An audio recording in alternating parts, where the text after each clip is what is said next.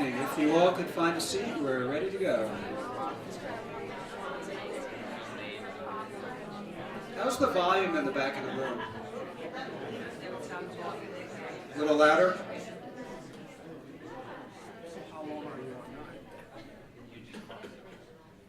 How's the volume now in the back of the room? All right.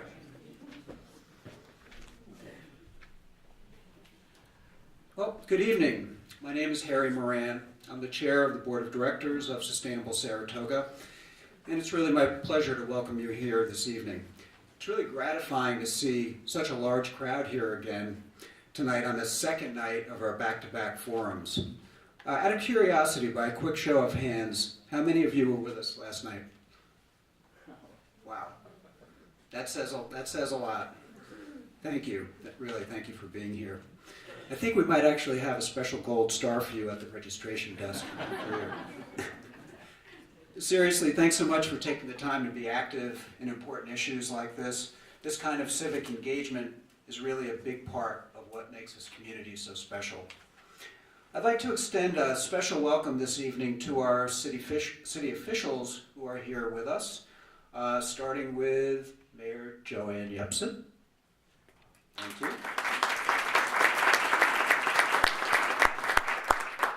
And Commissioner of Finance, Michelle Madigan. Commissioner of Public Safety, Chris Mattison. And County Supervisor, Peter Martin. And hopefully I've got everybody and I'm not missing anyone out there. Thank you all so much for taking time out of your busy schedules to be here with us this evening. I know that's not easy. As many of you know, Sustainable Saratoga is a not-for-profit organization that promotes sustainable practices and the protection of natural resources through education, advocacy, and action for the benefit of current and future generations. We believe that a successful and vibrant downtown is a key ingredient of sustainable communities, and we are committed to helping protect and enhance the incredible downtown we're in the midst of right here. Community forums are a key component of our educational efforts, and we've been shooting for 3 forums each year. So our program tonight is part of an ongoing commitment to invite dialogue on important issues confronting our community. We believe that a successful downtown needs a well-coordinated and comprehensive approach to parking and transportation. The community has to find the right balance between competing priorities and objectives. In recent years, there has been a lot of discussion about parking. Many have called for more public parking, while others have called for less. Some have urged for greater emphasis on alternative modes of transportation in the downtown area that are less dependent on cars. With all the questions, though, the pressures and the problems persist. Sustainable Saratoga doesn't have a preconceived notion of what solution is best for Saratoga Springs, and we fully appreciate that this is a complex issue. What we do know is that we are not the only community that has been struggling with these kinds of issues. So we thought it would be worthwhile to learn about other efforts and initiatives. With all of this in mind, we've invited national experts to share their experiences and wisdom. Last night, as many of you know, we had Michael Manville with us, a national expert on the economics of parking and public financing. His informative and thought-provoking presentation sparked some great comments and questions. I'm sure we can expect more of the same tonight, which you might be relieved to know brings me to this evening's program. Tonight, we are very pleased to have Lisa Jacobson join us. Lisa is a senior associate at Nelson Nygaard, a nationally recognized transportation consulting firm. She obtained her BA from George Washington University and holds a master's in city and regional planning with a concentration in transportation from the University of Pennsylvania. Before joining Nelson Nygaard, Lisa was a fellow with the Complete Streets Coalition, where she developed policies to encourage street design to incorporate all users, regardless of age and ability, Lisa's work at the Coalition was recently published in an AARP report, Planning Complete Streets for an Aging America. We are pleased to note also that Saratoga Springs has a complete streets policy and program that benefit from her work. Lisa now works out of the Boston office of Nelson Nygaard, where she is focused on developing creative and practical solutions with expertise in complete streets planning, downtown parking studies, transportation demand management, campus planning, paratransit, and financial feasibility analyses. In her parking practice, Lisa has become fluent in state-of-the-art, state-of-the-practice parking technology and management structures that closely link parking with economic development and downtown growth. Her firm's goal is to integrate the connections between pedestrians, bicyclists, drivers, and transit. So Lisa is going to speak for about 45 minutes, and then we're going to open the floor to the audience for questions and comments.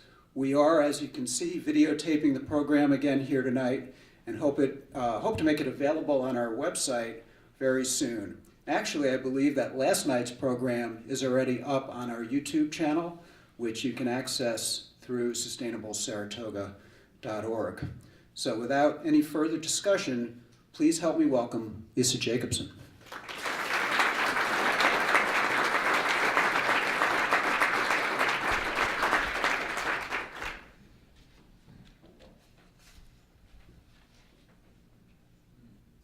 I won't stay like this the whole time. Do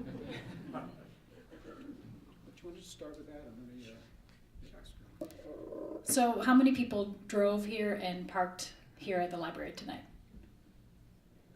How many people drove here and parked nearby but not in the lot here? How many people did not drive here tonight? Wow. Cool.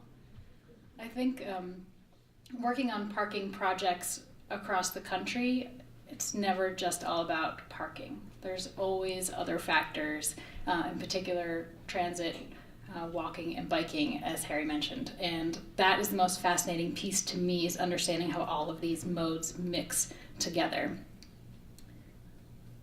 I'll keep going.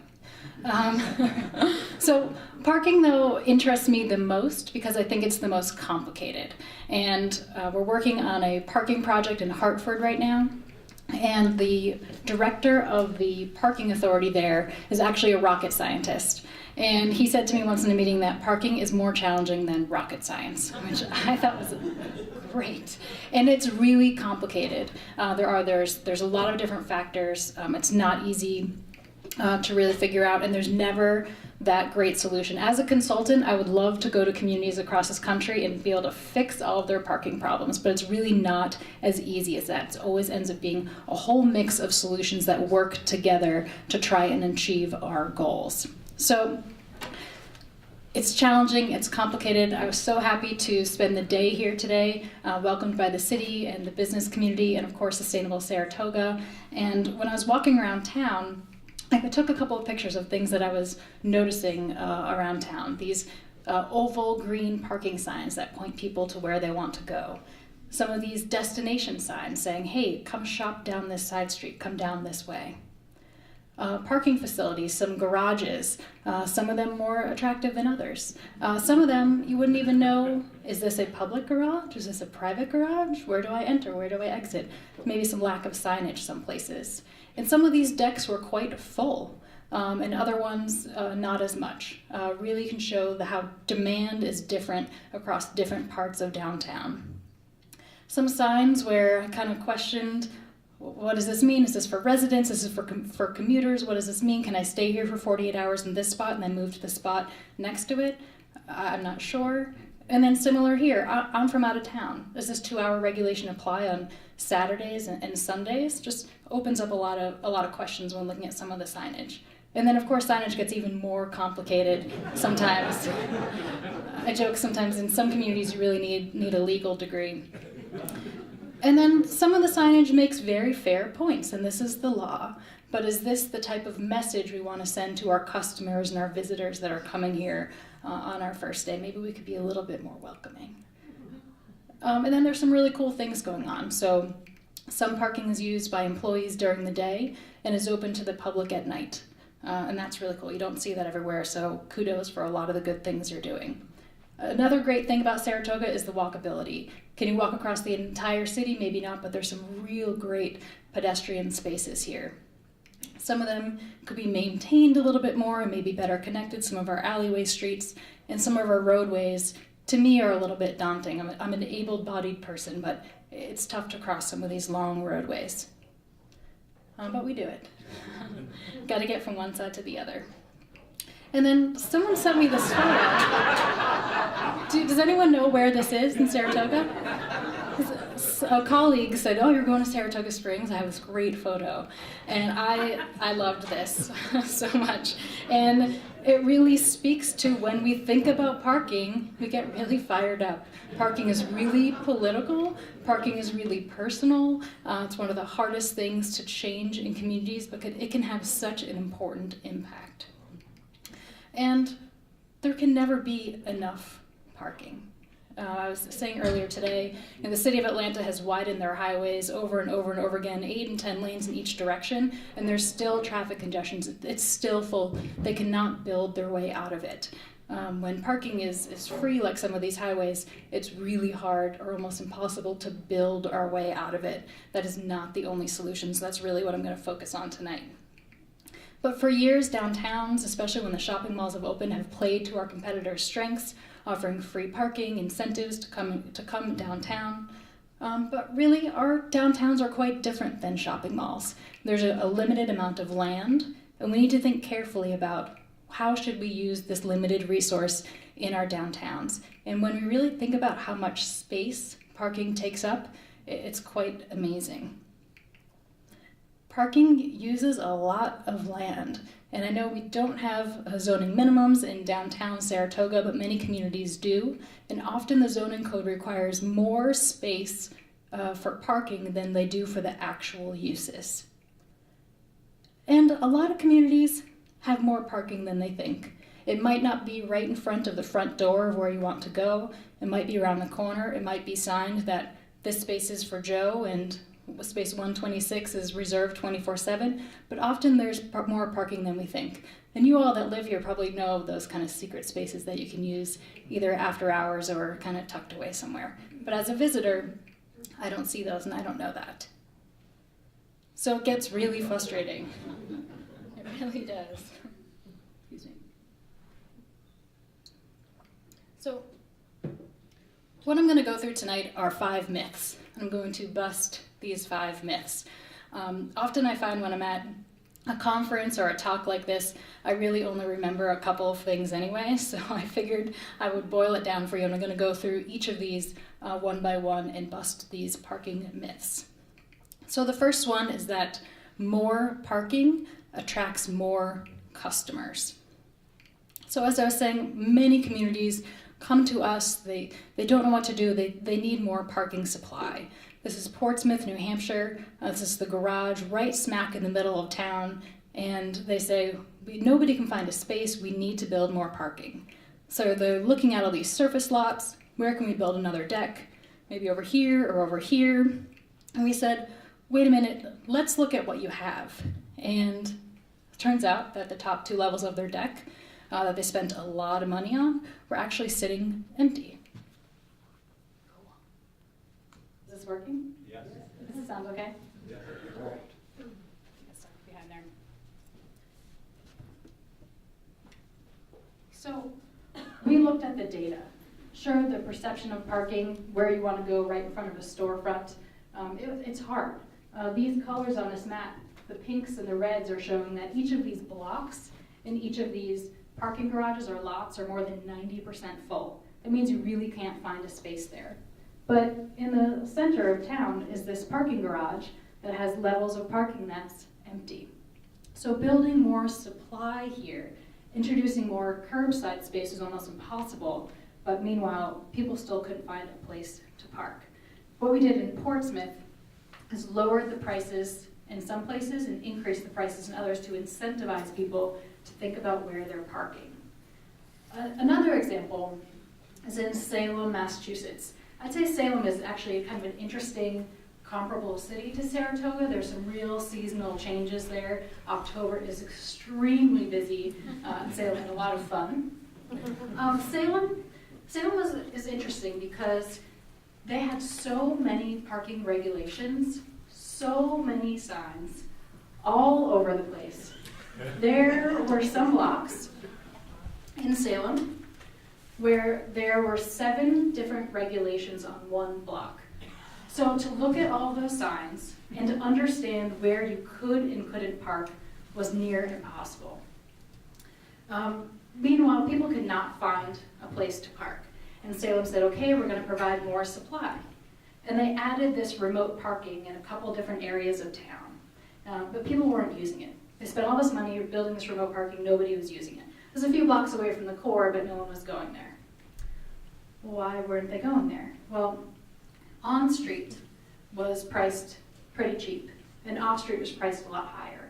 And what people were doing is that they wanted to save some money. They would cruise around and try to find these highly coveted spaces on-street. So what Salem did is they flipped this pricing, exactly flipped it. And they got rid of a whole bunch of those regulations. And they made the core of downtown intended for customer use only. And they created a zone right outside where the customer parking was for employees to park, giving customers the opportunity to park right in front of where they want to go. And then outside of that, they protected some of the residential streets through a permit program. But they created these zones based on the land uses and based on where the demand patterns were. And they also flipped their pricing. So instead of that 50 cents on street, it more or less became 50 cents off street. And on street became a lot more expensive than off street. So what did that do? That really changed behavior, really incentivized behavior. People reacted to the price. And those streets were no longer full of cars all day long, and some of those garages and lots were used a whole lot more. They did this with their hourly pricing and with their permit pricing, and that was really cool. They also started this website with the dog right here to provide this information for people as a key way to get information out. Really the principle behind this is letting demand determine the parking rates. So there's almost only so much supply right in front of that restaurant or that place where everybody wants to go. That area that's in the highest demand, we think about pricing the highest. And the areas that don't have as much demand, maybe they don't need a price at all. Maybe there's some days or some months where there's not that much demand, then there's no reason to price. So really having a market-based solution seems to work very well. And can really maximize the available supply before thinking about building new supply. Pricing is a really touchy, really tough issue to tackle. Many communities are doing it, they're testing it, they're seeing what happens. But when they are doing it, they are using new technology. These are not the meters and the pricing back in the 1950s and 60s with coin-operated meters. These are quite different. You probably use them in other places. They take credit cards, you can pay with your cell phone, you can be sitting at dinner and get a text saying, hey, your meter is going to expire in 10 minutes, would you like to extend? People can use that right there. So any type of pricing needs to have the appropriate and really convenient technology that goes right along with it. Seattle just started this program, I think it was either last week or the week before, sometime this year. And what they want to do is make it really convenient for parkers. I thought this is really cool. Oftentimes meters will start really early in the morning, and what Seattle did is they said, you might be drinking too much, you might need to spend the night, so you can pay for your meter the night before and now stay until 10 a.m. the morning after. I think it's really cool. Technology can do wonders, and it's really fun. So it's not about more parking supply that necessarily attracts customers. It's making more parking available. And throughout this presentation, I'll talk about various strategies to make more parking available. But price is that interesting incentive that allows spaces to open up on street that everyone wants to pay for parking right in front of where they want to go, but allows for more availability. And I'll explain that more throughout this presentation. Myth number number 2 is that each business needs its own dedicated supply of parking. Outside of downtowns, we often see either a strip mall or a single-use building that has a parking lot for the pizza shop and a parking lot for the bank and a parking lot for the church. But we know that downtowns do not operate like that. We share parking among many different uses at many different times of day. So conventional development tends to look something like this. So you might drop your kid off at school in the morning, and then you go to work, and then you pick your kid up from school, and then you drop your kid off for after-school activities, maybe do some shopping, go back, pick your kid up, and head home. So this is a lot of trips. This is, 6 or 7 parking spaces. It creates a lot of congestion on the street. We have in downtown Saratoga is really cool. We have a mixed-use environment where someone can go and park once and walk and drop their kid off, go to work, do their errands. And it uses just potentially 1 parking space, a lot less trips, a lot less parking, a lot less land. We also know that not every land use uses parking throughout the entire course of the day. So for example, here's a restaurant, and here's the time of the day across the bottom, and the number of spaces across the vertical axis. And restaurants are typically busy during meal times, but oftentimes our zoning codes say, well, you need to provide as much parking to meet the peak demand. And similarly for an office is generally busy, say 8 to 6, but our zoning codes often say you need to build enough parking to meet this peak demand. And then the residential ends up looking a little bit different. A little bit of a dip during the day. Some people are driving to work, some people are staying, but overnight is our peak. We often build to meet that peak. But when these land uses mix together, we can often provide a lot less parking. Use the same parking space for a bunch of different uses. And we see that in real life. This is in Lexington, Massachusetts, about an hour outside of Boston. Again, the time of day across the bottom, the number of spaces or the percent full across the vertical axis, and it's the same type of bell curves. And we found that, in fact, they often do match up with the mix of land uses. So, sharing parking, whether it's encouraged through zoning, encouraging maximums and not minimums. So over here you have no minimums. Waiving requirements for smaller infill developments. If a small coffee shop wants to open up, not requiring them to provide parking that they need. Oftentimes that coffee shop that's going next to an office, no one's driving to the coffee shop anyway, they're just parking for the office. And allowing for in-lieu fees. Oftentimes what an in-lieu fee does is it says, hey, coffee shop, you don't need to build that parking. We know you don't need it. We know you're not going to use it, but we're going to have you pay the municipality in lieu of providing those parking spaces. So it can often be a revenue source and also pay to maintain some of the existing parking that the customers might be using. Another, which I think is kind of cool, are some physical changes to use parking more efficiently. Sometimes our striping isn't as efficient as it could be. Could we use the same amount of space and kind of fit in more cars? In Needham, Massachusetts, there's a kind of a block in the middle of town that has about a gazillion regulations, a lot of fencing and trees between all of these different parking lots. And as a customer, when you come here, it's really confusing where to go and where you can park. Can I stay in this parking spot for the CVS and then go around the corner and go somewhere else? It's really quite confusing. So what they are piloting now is more or less breaking down those fences and barriers. This is multiple different private landowners, but they're realizing for the customer experience, it's a lot easier for someone to just be able to pull into one larger lot and park once and really not have to worry about it. The nice thing is that there's so many efficiencies gained, but there's some extra public space behind some of these buildings for cafes and bike racks and whatever else they want to use it for. Another example is a couple of private lots that each have their own entrance.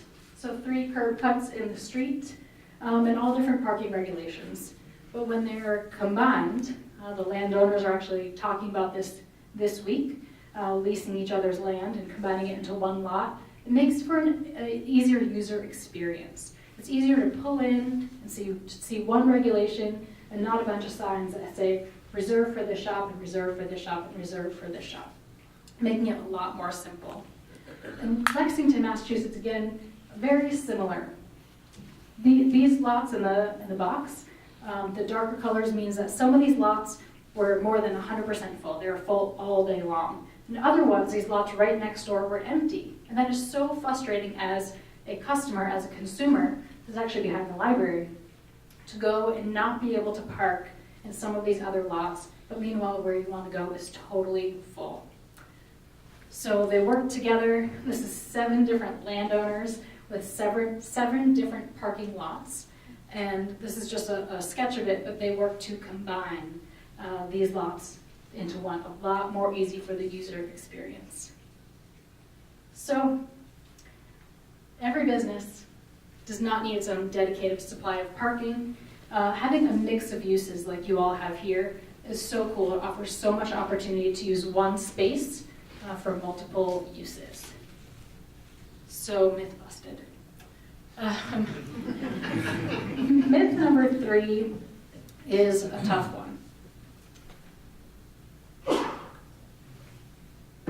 Myth number 3 has to do with time limits, and that time limits are needed for customer turnover. And it can be really counterintuitive because we think that we need time limits to say, we want turnover on the street so you all can stay for an hour or stay for 2 hours. But what we're really saying to customers is, please come, welcome to Saratoga, please stay for 2 hours, and then please leave. So if you're lucky enough to find one of those coveted parking spaces where you can stay all day, that residents and employees and customers are all going after, awesome, good for you. If you can't find one of those, please stay for 2 hours and then leave. And there's not many communities that have really gone after time limits. There are some, and I'll talk about them, because it's a really hard management strategy to crack. One of the first ones that did it is Redwood City, California. So this is just south of San Francisco, a little bit bigger than Saratoga. And there's this perception in Redwood City that parking was parked up all day long. And their main street is actually Broadway as well, and nobody could find parking. So they did some counts, and they figured out that right around the corner from Broadway there was extra parking, but just not right on Broadway. So the city staff said, do we really have a supply problem or do we have a management problem? And Redwood City did these 4 things that I'll walk through, which really work really nicely together. The first thing is that they implemented market rate pricing, the same concept I was talking about in Salem and Portsmouth. They priced the parking highest where the demand is highest and lower where it's not as in demand. So Broadway costs a little bit more, the other streets cost less or nothing at all. They also had a whole variety of parking signage and regulations. Really confusing, nobody knew what to do, and they really simplified that. I don't even understand what 5-minute parking really means. I don't even know if you can do anything in 5 minutes. So they really went as extreme as some go. They eliminated all time limits. And what they did is they adjusted the price to really recognize where people are going to stay and for how long. So on Broadway, the price is the highest. People self-select. If I'm an employee, I might not pay $2 an hour all day, 5 days a week, 20 days a month to park right on Broadway. But around the corner, it was cheaper, and in the lots and off-street, it was even cheaper than that. Time limits are also really costly to enforce. Someone is chalking tires, they're writing down license plates, they're ideally making that sweep every 2 hours. That is extremely labor intensive. What Redwood City did, they took that same number of enforcement staff and they could cover a broader area. Because then they were just looking at, is the meter expired or not expired, and they weren't worried about the time limits. Another thing they did is they converted to pay-by-space meters. So before they had the old coin-operated meters, it was really tricky. You had to have that change. So they upgraded their technology when they made these different pricing changes. Very smart. And they also modified their permit program. They had an employee permit program. It would cost X amount of dollars to go park kind of far away, and a lot of employees were just parking really close to where they worked. And what they did, they created a couple of different zones. So if you want to park really close to where you work, you'd pay a little bit more. If you wanted to park a little bit farther away, it would be a lot less or even free. So Redwood City did a great job of tracking all of their data. And what I think the most interesting thing is that they had previously had these 1 hour time limits, and what they found is that customers were actually staying longer than an hour. So they got rid of their time limits and people were staying longer. Maybe they had a kid that was, had a fuss in the convenience store, or they were paying their check and didn't want to rush, but they were able to stay longer. They had to pay, but they were able to stay a little bit longer. And it also increased availability on Broadway. People could actually find a parking space on Broadway, and that is really cool. A little bit closer to home, Huntington, New York just went through a similar process. So this is on Long Island, about an hour east of New York City. And you can see that in the core of downtown, the reds and the yellows and the oranges, it was pretty tough to find a parking space in Huntington. And what they had is 25 cents on street, and all the off-street lots were free. So they made some changes. This is in 2012, and it might be hard to see, but they extended their meter hours until later in the evening. What they were finding was that these restaurant employees were coming when the meter shut off at 5 o'clock. They were parking on the street and staying there for the night. And it was really hard for restaurant customers to find these spaces on street. Another thing they did is that they made their rates a bit more variable, and they also extended their time limits, which were 1 hour to 3 hours. Very cool. And they also provided some information for people in this brochure and also online. Albany is also another interesting example of extending time limits. Some of you have probably seen this. They have 2-hour meters, 4-hour meters, and even 10-hour meters. And they're in different parts of the city, so you have the option to pay for what you need and stay for what you need. Nashua, New Hampshire, another city doing this with different zones. Some areas are still 90 minutes, but a lot of areas you can park for as long as you need, but you just need to pay. The cool thing about Nashua is that I interviewed a whole bunch of business owners and asked them about these parking changes. How's it going? Are people being able to find spaces on the street? And they got some unbelievable reactions from business owners saying, when we changed our pricing scheme, when we got rid of some of our time limits, people were actually able to find a parking space in front of my business. That's great. So there's a lot of questions about turnover and availability and being able to find that space. And there's a big difference between turnover and availability. Turnover means that several customers or several people are cycling through one parking space throughout the course of the day. What availability means is that in one block, there would always be one available parking space or a couple of available parking spaces. There's a lot of business owners that say, we need turnover. We need a lot of customers. We need that turnover in front of our store. What I would argue is that business owners should really be looking for availability. They really want to have at least a space or two near their store that's open at one time. When you get rid of time limits, people may stay for longer, but with pricing, you create that availability on the street. So, time limits tell your customers, please come, enjoy, but only stay for this time. Extending or eliminating time limits is a really customer-friendly policy that many cities are moving towards. Myth number 4 is that parking is all about parking. That doesn't really make that much sense, does it? So what does this mean? Here's an example just outside of Boston in Bedford, Mass. And on this site there was a parking deck, but it was underfunded and actually one of the cleaning guys ended up falling through the roof. It was just real maintenance challenge. Couldn't keep up with it, couldn't keep up with the expenses. So the city council said, well, we need to rebuild this garage. There's 73 spaces on the surface lot. If we build this garage, we can get more than 200 spaces. We need to rebuild it. And we said, well, let's look and see how much parking you're actually using today before we think about rebuilding this parking garage. So we looked at the occupancy, both on the west side and the east side, and found that overall, they were using about 65% of their parking throughout the course of the day.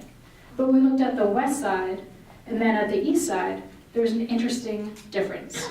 On the west side, parking was about 75% full. On the east side, less was full.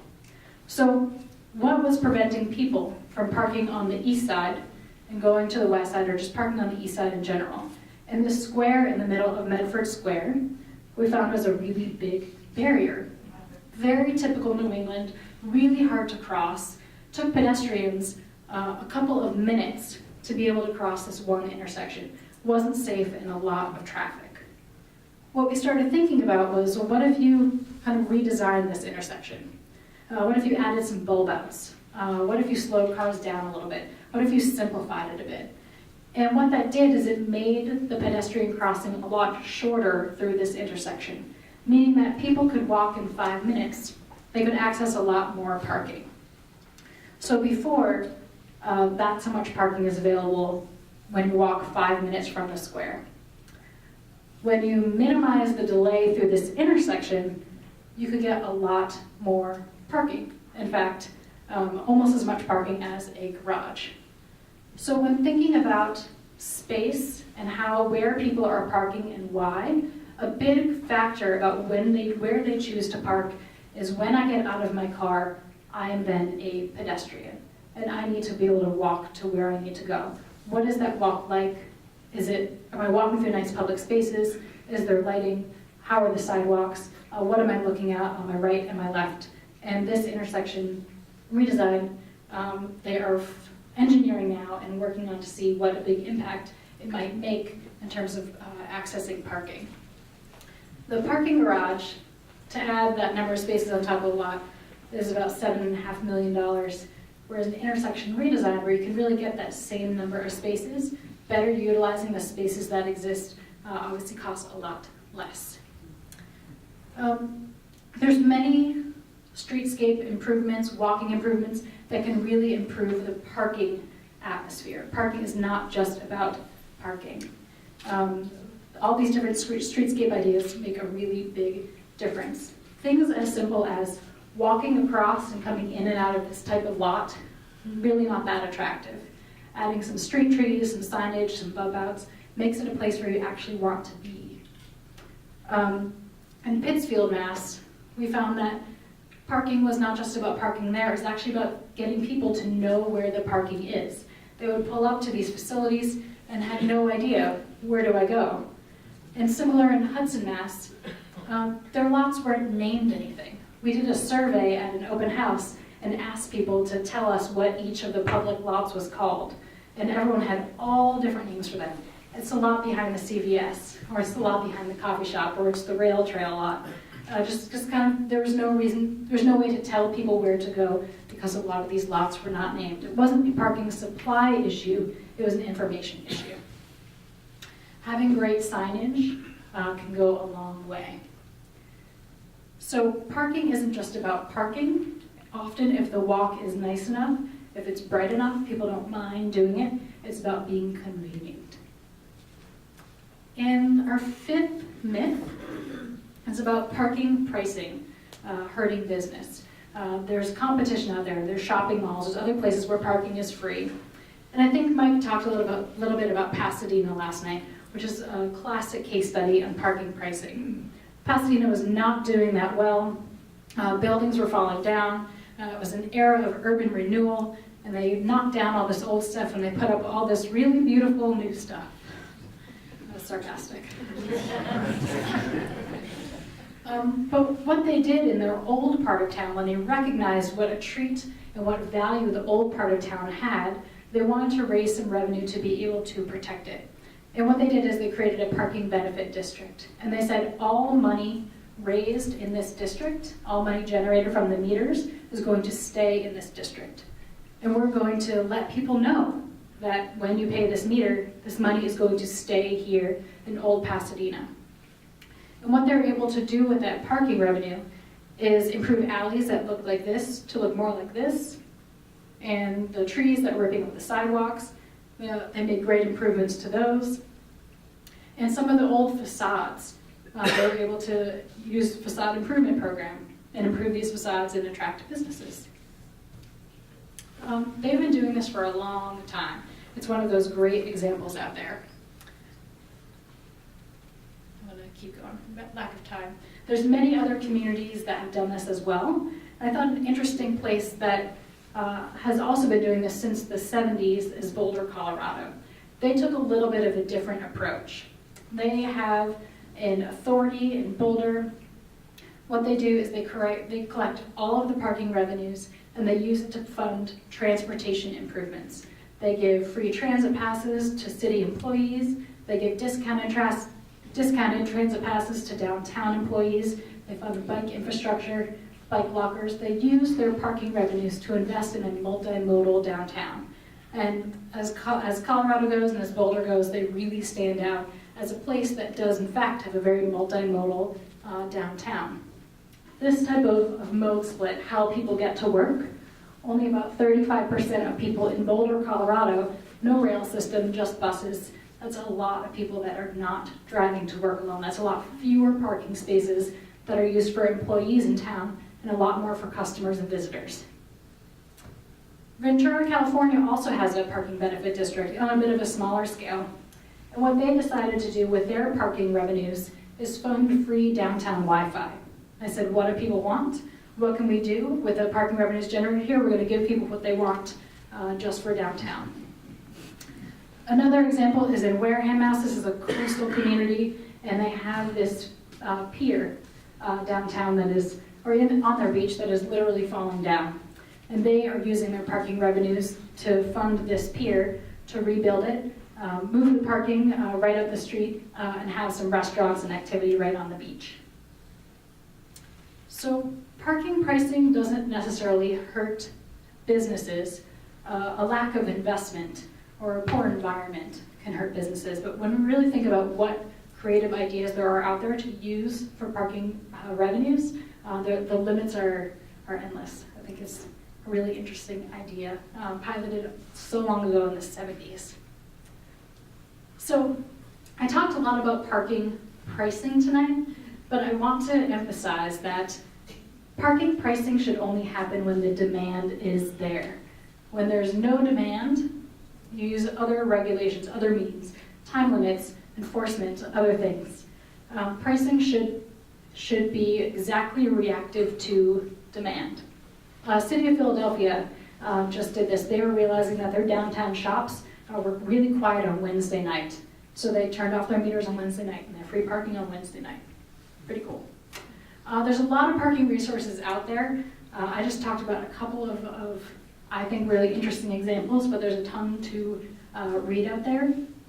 Being in Saratoga today was fantastic. I got to talk to a lot of people and learn a lot about what's going on here. So I'm very eager to hear your questions. So thank you.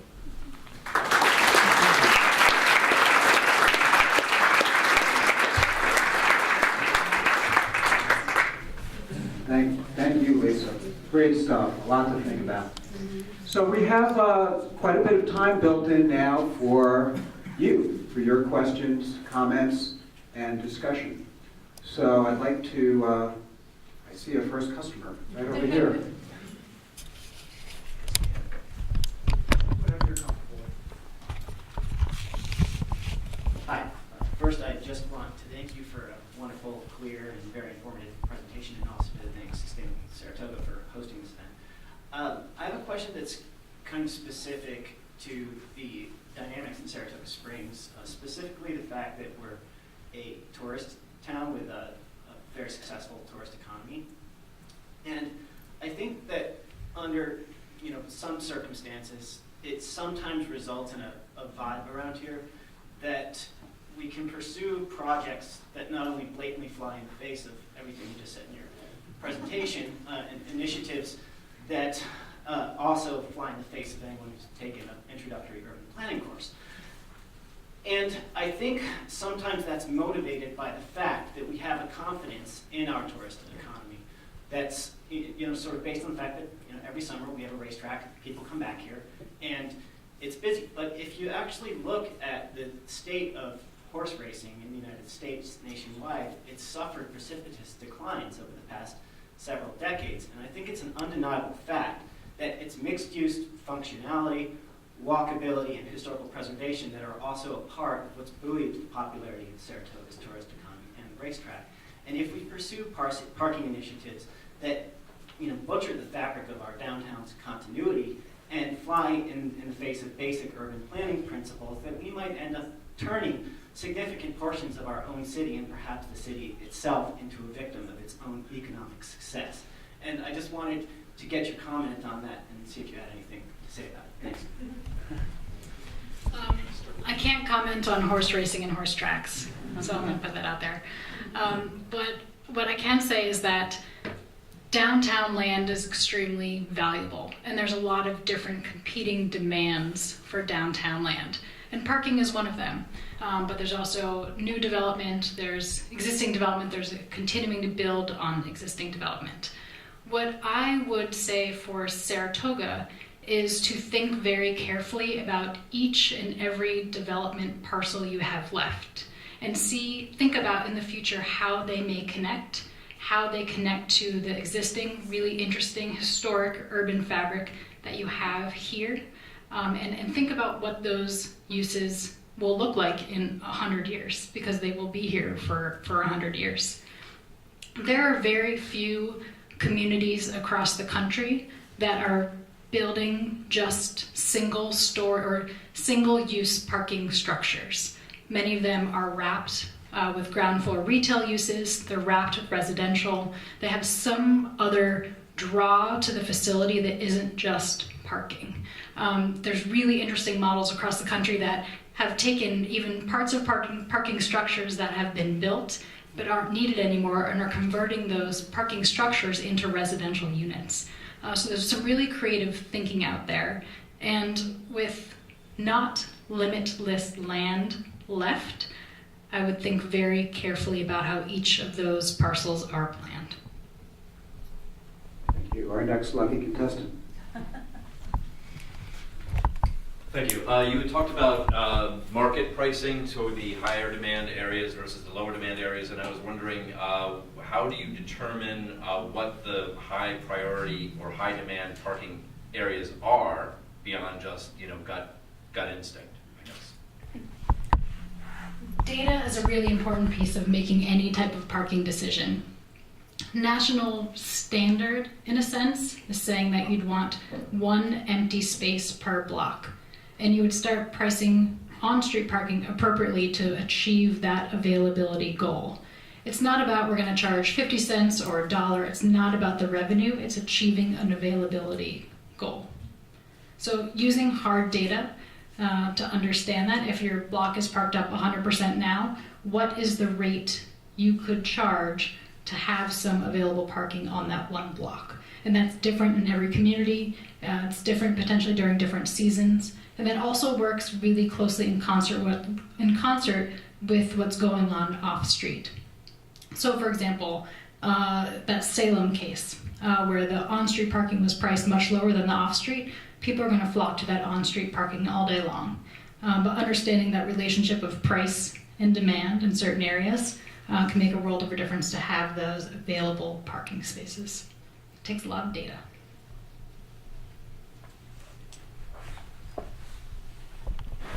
Hi again, I thank you for your presentation. I think between last night and today I have a whole different view. Part of your conversation earlier was about signage and having people being aware of where parking is.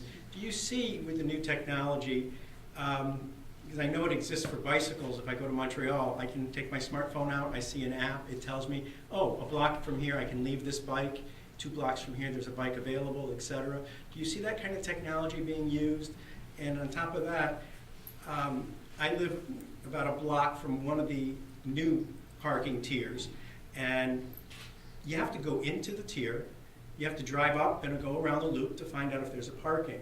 Where as you enter the city or on Broadway or in another location where there'd be a sign that says 300 spaces available in the Church Street parking area, or Church Street is full, another one is empty. Do you see that being used with the smart technology? Technology is a wonderful thing. It's doing wonders for parking and for transportation. When you know that your bus is going to be 3 minutes away, where if you're just kind of waiting at the bus stop, it might feel like 10. And the same thing goes for parking availability. So there is technology out there that more or less it's simple for off-street. It counts the number of cars that are going in, it counts the number of cars that are leaving, and it adds and subtracts it. There's so many different technology options out there that when technology is integrated among multiple facilities, everyone's kind of using the same technology platform, you're able to really get that data and understand the patterns between them. It's really easy to put up, get information on the web, put it on an app, put it in real-time information signs as you enter town. So understanding and showing people how many spaces are left in a facility has been going on for years now. 20 years ago, 15 or 20 years ago, it was really tough to do that. The technology is completely in place to do that today. It's awesome. Part of the parking equation is frustration. I circle up, I go to the top of the deck, I cannot find a parking place. Some of the greatest value you can give to parkers and customers and people that don't come here very often is giving them the information about where to go. That's why people like going to the mall so much, I think, is that it's not necessarily because it's free, but they understand how it works. They can see where they're going, they understand how it works. There's not a whole bunch of different signs. They can see that there are available spaces at the back of the lot. Since we don't have that luxury in downtowns, providing people that information is great. Hi. I find as a bicycler that what you said about parking isn't about parking. That in this town, biking isn't sexy. Biking isn't, it's not even really like socially acceptable. You're either like too poor to have a car or you have a DUI or something. I don't know. It feels like it's not really like cool and acceptable. And I've been told to get off the sidewalk, and then I've been told to get off the road. And I find that there's so many residential areas, and people drive from really very close downtown, and there's no bike lanes, there's no support for that in this town. And I feel like that might be a part of parking, but I'm not really like sure how that can integrate in terms of demand. I mean, I understand that part, but can you just speak to that a little? So, it's a great question and observation, because being here in January, I didn't really get a sense of what the cycling community is like here. And I think in the most simple terms, one less person driving a car here, if they're taking transit, if they're walking or riding their bike, is one less parking space being used by somebody else. So as we think about using our supply the most efficiently, increasing supply and also reducing demand are often both pieces of the equation. So encouraging cycling, making transit more easy to use and going to the places where people really want to go, and encouraging people to walk here are all big pieces of kind of solving this parking problem. Right, and I know we certainly have our Complete Streets folks working hard on these issues, and I know there's a lot of work still to be done, but that's a really important piece to the puzzle. Next. Thank you, Lisa, for a fine presentation. You've obviously been around to experience problems that other cities and communities are facing with downtown parking. Could you comment on what you probably noticed on our downtown, the set aside that we have dedicated up and down Broadway for commercial load zones. Those, in many instances, for people trying to find a parking spot, are problematic because you drive by a commercial load zone that otherwise takes up 3 parking spaces that could be empty for most of the day. Deliveries, receiving deliveries for downtown businesses, of course, is important. You've probably struggled with that as you looked at other communities and how they arm wrestle with these issues. I'd like you to comment on that, please. Figuring out how to use the limited amount of curbside space that exists is a challenge everywhere. And it really depends block by block and community how they prioritize their curbside space. Some prioritize it for on-street parking and loading zones and disabled parking. Some prioritize them for bike lanes or cycle tracks, and some prioritize them for bus stops and transit-only bus lanes. So there's a lot of different ways to use curbside space, and some are prioritized over others based on a complete streets policy or the network or the surrounding land uses. So that's kind of a general take on curbside space, is that it's finite and there's many different ways to use it. It's not just about parking. In terms of loading zones, there's several communities across the country that are doing some interesting things. I think some of the most notable and some of the most simple are consolidating loading zones at one end of the block or another. Sometimes they're mid-block and it can be a little bit confusing, but knowing that there's a loading zone on one end or another. Another is only having these loading zones be loading zones at certain times of day. The City of Philadelphia worked with UPS and FedEx and a whole bunch of other major delivery carriers to have a few blocks in their downtown, Chestnut and Walnut Street. Deliveries are only allowed from 6 a.m. to 10 a.m. and then after that it's just for on-street parking. Other places have knocked on that extreme, and they know that no delivery is going to happen after 2 p.m. or 4 p.m. So as opposed to a 24-hour delivery space, they have segmented by times of day. I think it's complicated, and the best advice I can give is to try and keep it as simple as possible, because nobody wants to go and find a parking space and then have to read through 6 or 7 different signs to really understand when or they can or cannot park there. So I think it's that careful balance of maximizing curbside space and usage while also keeping the rules and regulations as simple and smart as possible. What else? Hello. Thank you, Lisa. I have a question about, it's obvious we don't have a lot of paid parking in Saratoga, but if you were to start the paid parking process in the city, where would you start, and what would be the priority to set when you just it's obvious you wouldn't put it into an outside lot, an outside parking garage, or anything like that. You'd probably start someplace like in the middle of town. But you could tell us what you think. Parking should only be priced when the demand is high enough. And high enough generally means that a block face or a lot or a garage is 85 or 90% full more or less throughout the day. So pricing in areas, you need to figure out first where those high places of demand are, and think about charging the right and appropriate amount in those spaces. So it comes first with a lot of data, but data is not the whole story.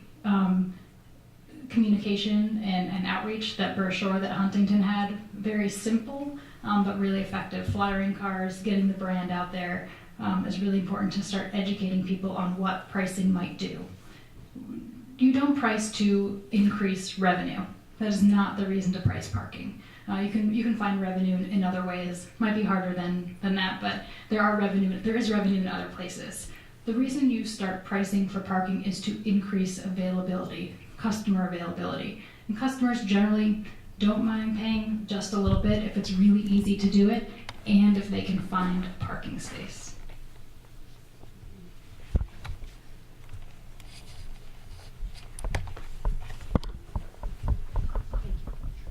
Great presentation.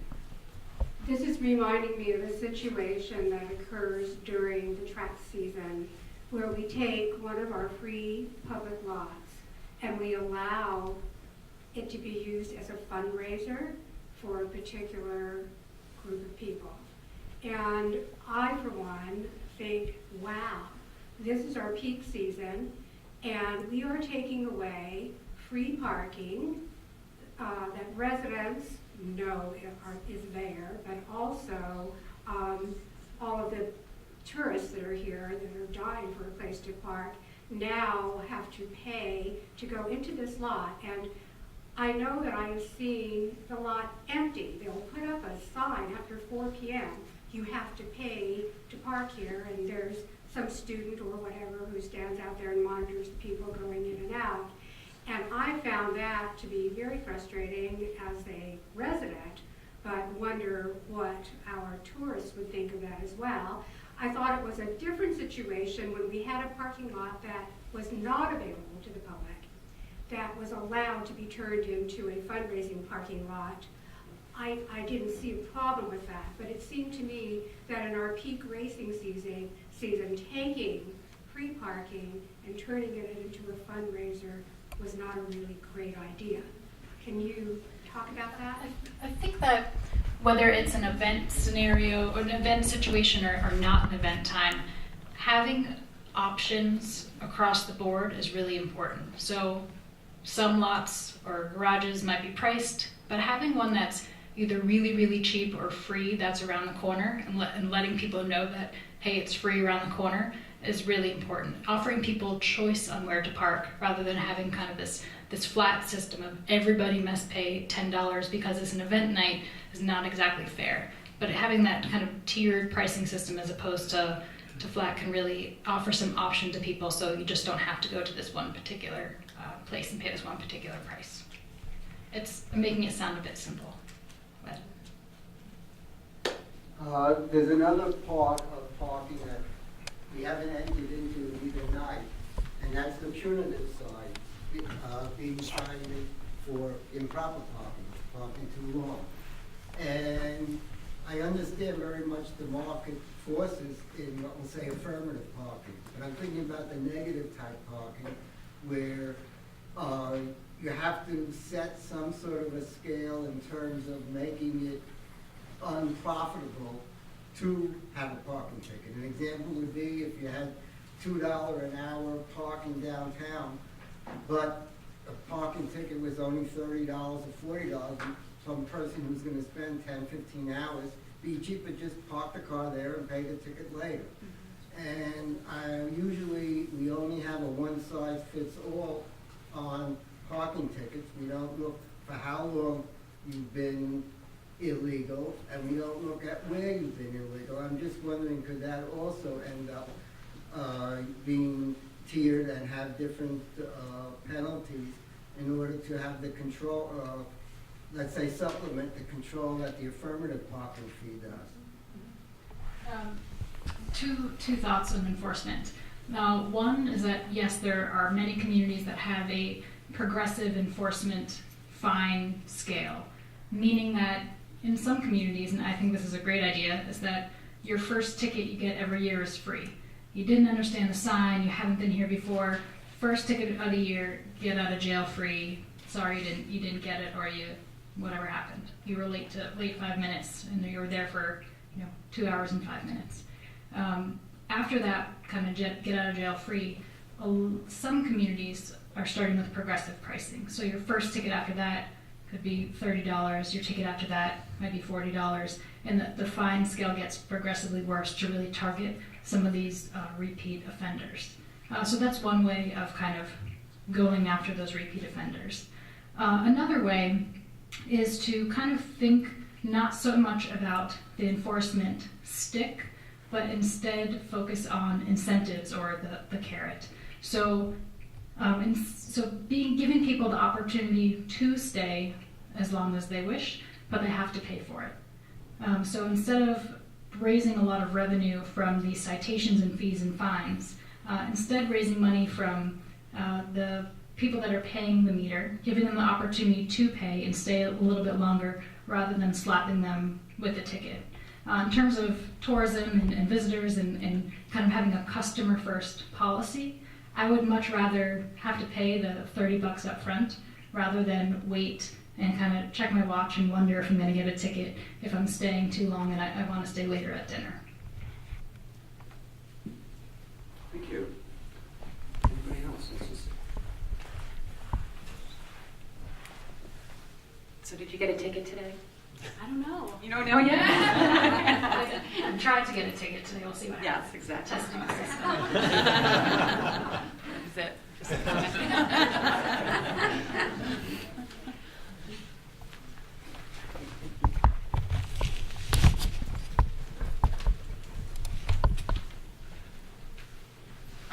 Welcome to our city. Thank you, and thank you, elected officials, for coming to this. I think it's a real important issue that's been back and forth within our community.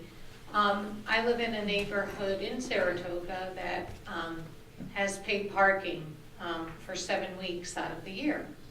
And it's very indicative that our residents and our tourists are very comfortable with paying for parking. We have lawns turned into parking lots and roadways that are taken by property owners, and they charge people to park in front of their house and in their driveways, and everything becomes a parking lot in the Saratoga, in the race course neighborhood. So my question would be, when there is a period of time that is not necessarily like a year-round destination spot that downtown Saratoga has become, but we're a 7.5-week destination spot. I would love to see paid meters in my neighborhood, and I would love that money to improve our sidewalks, to put in curbs, to improve the lighting, get street trees, and use us as an example and see what maybe downtown is not ready for paid parking, but I think our neighborhood could very well be a nice prototype for our downtown. Two thoughts. First is managing events is very different than managing day-to-day demand, and there should always be some type of event traffic and parking plan in place for large events. So that's kind of the event side, is not your day-to-day side. The second is in terms of metering residential neighborhoods and creating a neighborhood parking benefit district and taking that money back into the neighborhood. The best example out there is Austin, Texas. And right around the university there, they have just that. The residential streets are metered. College students park there all day long when the residents are driving their cars and they're at work. And that revenue, after the expenses of enforcement and some of the equipment, that revenue is all invested back into the neighborhoods and some of the types of improvements that you mentioned. So that model does exist.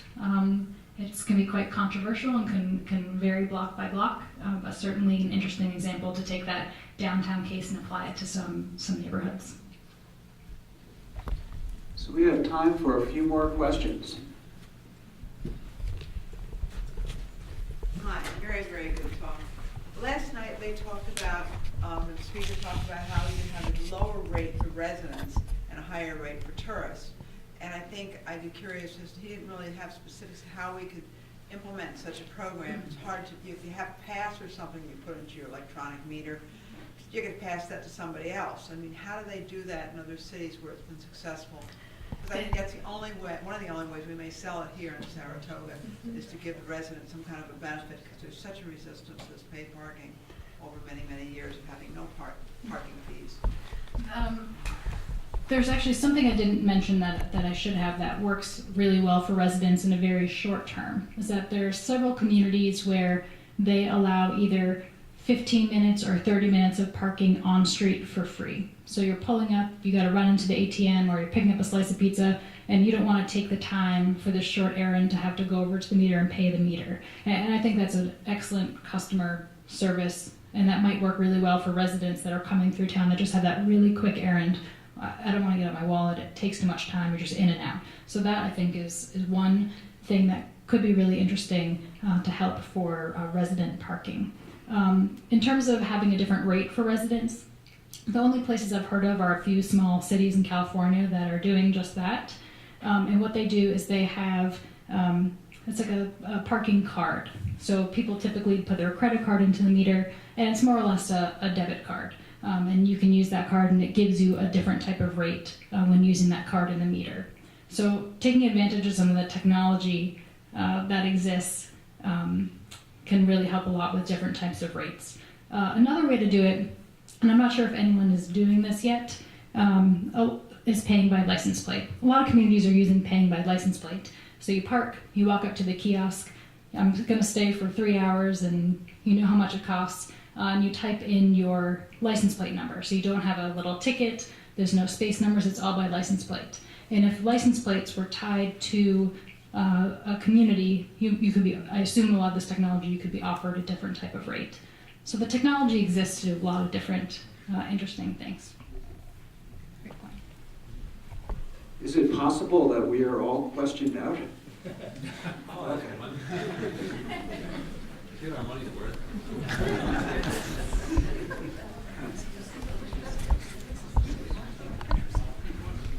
Hi. So it sounds like a big source of resistance to the idea of paid parking is businesses along busy streets. The previous speaker mentioned, I can't remember if it was during or after the talk, that there is evidence that sales tax revenue actually goes up, which would indicate that there's more economic activity as a result of a change to paid parking. I'm just wondering, is that true, and why does that happen? I think that there's a couple reasons why that happens. I think that first is that often communities won't just line the streets with meters and then, okay, we're done. It usually comes in tandem with some other type of improvement. Maybe their regulatory signage is a bit more clear and people know where to park and where they can't park. Maybe they're doing a streetscape project as they're putting in the meters. So different improvements can also make a difference for some of these businesses. Another is that there's often evidence, hard data or anecdotal evidence, that when parking is free on street, there's a lot of employees that take up that parking. And that can be right in front of a front door of a restaurant or a shop. And with pricing, that incentivizes employees that are there 5 days a week, 8 hours a day, that all adds up to them. So they're going somewhere else. They're going to their free lot around the corner, they're taking the bus, they're paying less somewhere off street. So as those front door spaces become available, that's more customers that are coming in the door. I can't tell you how many times in these parking studies, during open houses and public meetings, people will say, well, if I find a spot, when I'm driving by, if I find a spot, I'll stop.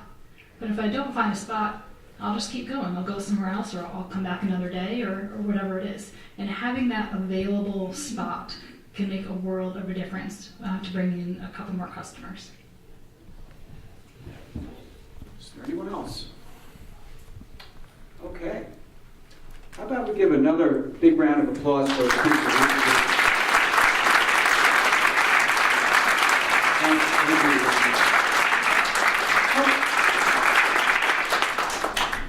A couple of quick things as we wrap up. We will have the video from tonight up on our website. If you go to our homepage and look for our YouTube link, you'll be able to see this footage. Feel free to share it, help get the word out. People that you know that might be interested in this but weren't able to make it, they have another chance. This will all be available publicly very soon. I'd like to really spend a moment just to thank our housing and urban planning team who put a lot of work into bringing this together. So thank you very much.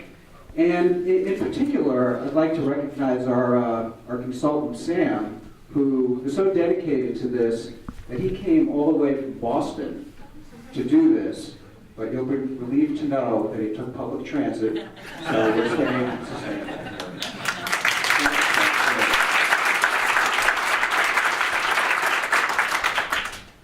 And on that note, I'd like to thank you all so much for coming. You really made this worthwhile. Your input has been really important, and we look forward to continuing the discussion. Thank you.